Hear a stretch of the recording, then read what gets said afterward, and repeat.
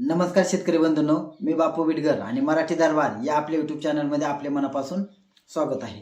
तर बघा, अतिवृष्टी जे अनुदान आहे ते पात्र शेतकऱ्यांच्या खात्यावरती जमा व्हायला सुरुवात झालेली आहे.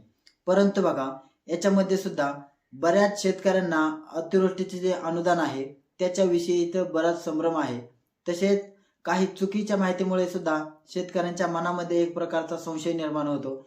परंतु बघा, आज आपण अतिवृष्टी संबंधी ज्या काही पूर्णतः अडचणी आहेत त्या आपण समजून घेण्याचा प्रयत्न करणार आहोत, की जेणेकरून शेतकऱ्यांना जे कॉमनली अतिवृष्टी संबंधी प्रश्न उद्भवतात तर त्या सर्व प्रश्नांची सोडवणूक करण्याचा आपण प्रयत्न करणार आहोत, की जेणेकरून शेतकऱ्याच्या मनामध्ये कोणत्याही प्रकारची शंका राहणार नाही.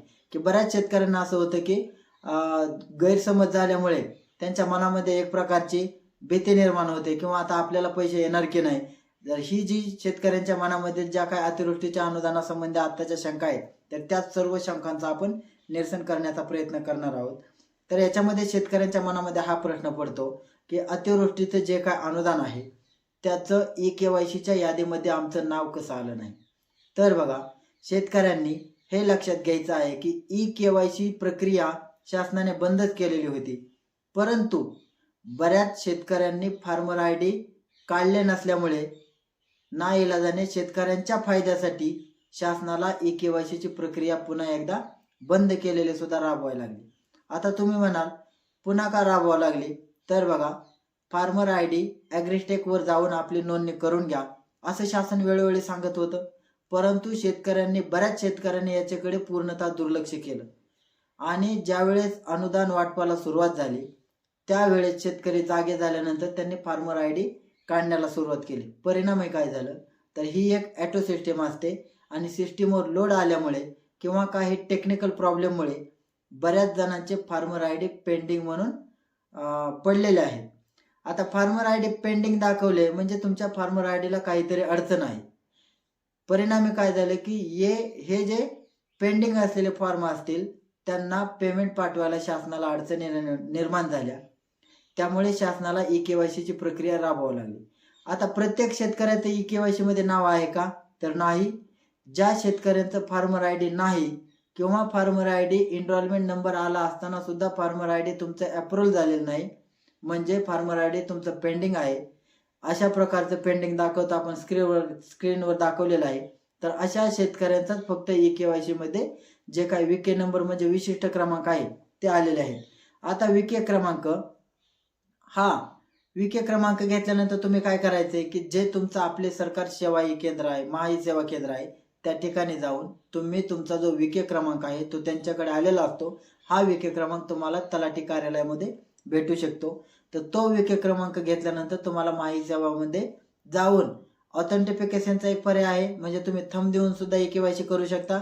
त्यानंतर तुमच्या आधारला मोबाईल नंबर लिंक असेल तर त्याच्याद्वारे सुद्धा तुम्ही EKYC करू शकता. त्याच्यामध्ये जर काय अडचण असेल तर ग्रीवेन्सचा तुम्हाला त्या ठिकाणी पर्याय दिलेला आहे आणि ती EKYC केल्यानंतर 8 दिवसाच्या आत ते पैसे तुमच्या बँक खात्यावरती वितरित व्हायला सुरुवात होणार आहे. हा एक मोठा प्रश्न शेतकऱ्यांच्या मनामध्ये संभ्रम आहे. त्याच्यानंतर शेतकऱ्यांना दुसरा प्रश्न पडतो की आमचं EKYCच्या यादीत पण नाव नाही, आमचं फार्मर ID सुद्धा जनरेट झालेलं आहे, अप्रूव्हल सुद्धा झालेलं आहे, परंतु तरीही अजून आम्हाला पैसे पडले नाहीत.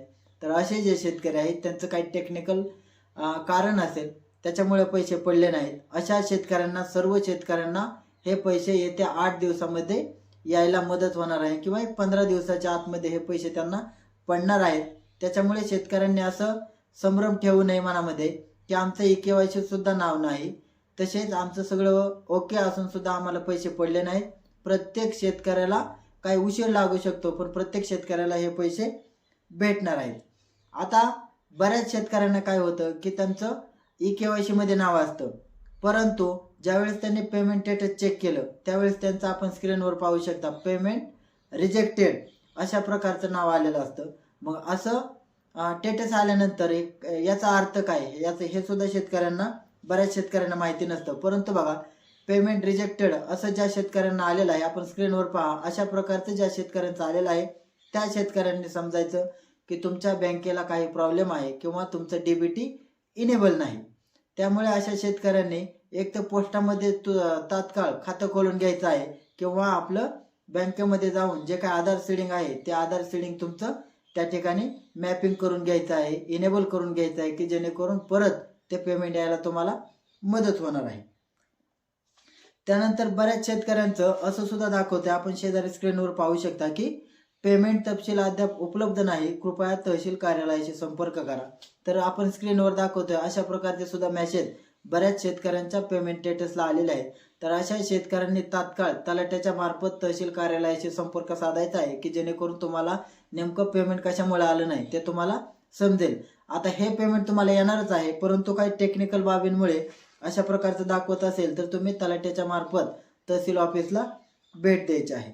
आता बऱ्याच शेतकऱ्यांना हा एक प्रश्न पडतो की बघा, तुम्ही समजा एखाद्या शेतकऱ्याचं 2 बँकेमध्ये खातं असतं आणि म्हणजे अकाउंट असतं आणि शेतकरी द्यायच्या वेळेस समजा तुमचं एक पोस्टात एक खातं आहे आणि दुसरं तुमचं समजा IDBI असेल किंवा इतर कोणत्याही बँकेत खातं आहे आणि तुमचं पोस्टाचं सोडून जर तुम्ही IDBIचं खातं दिलं आणि ते जर बँकेला इकडे इनेबल नसेल, परंतु मॅपिंग जर तुमचं पोस्टल असेल तर तुम्ही खातं कोणतंही द्या, तुम्ही अकाउंट नंबर किंवा तुमचा जो काय सेव्हिंग बँक असेल त्याचं कोणतंही झेरॉक्स द्या, म्हणजे कोणताही अकाउंट नंबर द्या, तर तुमचं जे पैसे आहेत ते तुमचं ज्या ठिकाणी आधार सीडिंग आहे त्या ठिकाणी तुमचे पैसे जमा होणार आहेत.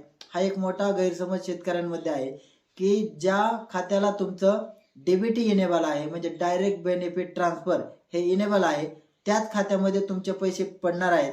तुमचा असा गैरसमज व्हायला नको की आम्ही तर या बँकेचं खातं दिलं होतं, मग त्या बँकेतच आम्ही चेक करतोय. पण बऱ्याच शेतकऱ्यांचा असा गैरसमज होतोय की आम्हाला या बँकेत जमा झाले नाही, परंतु ज्या ठिकाणी जर पेमेंट सक्सेसफुल असं दाखवत असेल तर तुम्ही ज्या ठिकाणी DBT इनेबल आहे त्या खात्यामध्ये तुमचे पैसे पडणार आहेत. म्हणजे ज्या शेतकऱ्यांना PM किसान योजनेचे असतील किंवा इतर कुठले शासनाचे जर पैसे भेटत असतील तर ते पैसे ज्या खात्यामध्ये जमा होतात त्याच खात्यामध्ये हे सुद्धा अनुदान जमा होणार आहे.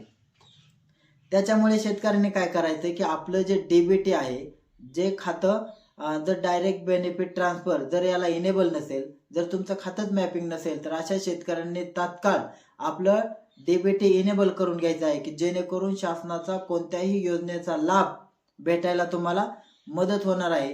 त्याच्यामुळे अजूनही बऱ्याच शेतकऱ्यांचं जर DBT इनेबल नसेल तर त्या शेतकऱ्यांनी तात्काळ बँकेशी संपर्क करायचा आहे किंवा माही सेवा केंद्रामध्ये जाऊन आपलं सीडिंग आहे ते चेंज करायचं आहे किंवा जर सीडिंग इनेबल नसेल तर ते डिसेबल असेल तर ते इनेबल करून घ्यायचं आहे.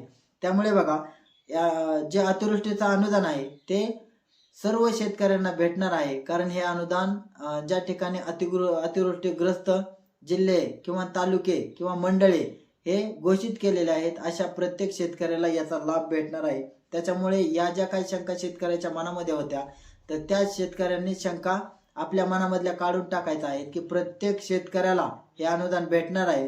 परंतु अशा प्रकारचं आपण आता सांगितलेल्याप्रमाणे ज्या शेतकऱ्यांचं अशा प्रकारचं काय नुकसान असेल किंवा अशा प्रकारचं जे काय अडचण येत असेल तर अशा शेतकऱ्यांनी याच्यातूनही जर काही समजलं नसेल तर अशा शेतकऱ्यांनी आम्हाला खाली कमेंट करून सांगू शकता, आम्ही त्याचं सुद्धा तुम्हाला शंकेचं निरसन करून देऊ. याच्यामध्ये जर तुम्हाला काय अडचणी आल्या तर तुम्ही तुमचे जे स्थानिक तलाठी असतील किंवा महसूल अधिकारी असतील, ग्राम महसूल अधिकारी त्यांच्याशी म्हणजे तलाठी यांच्याशी तुम्ही संपर्क करून तुमची तक्रार तात्काळ त्या ठिकाणी सांगायची आहे की जेणेकरून तुमच्या जे पैसे यायला ते तुम्हाला उशीर होणार नाही.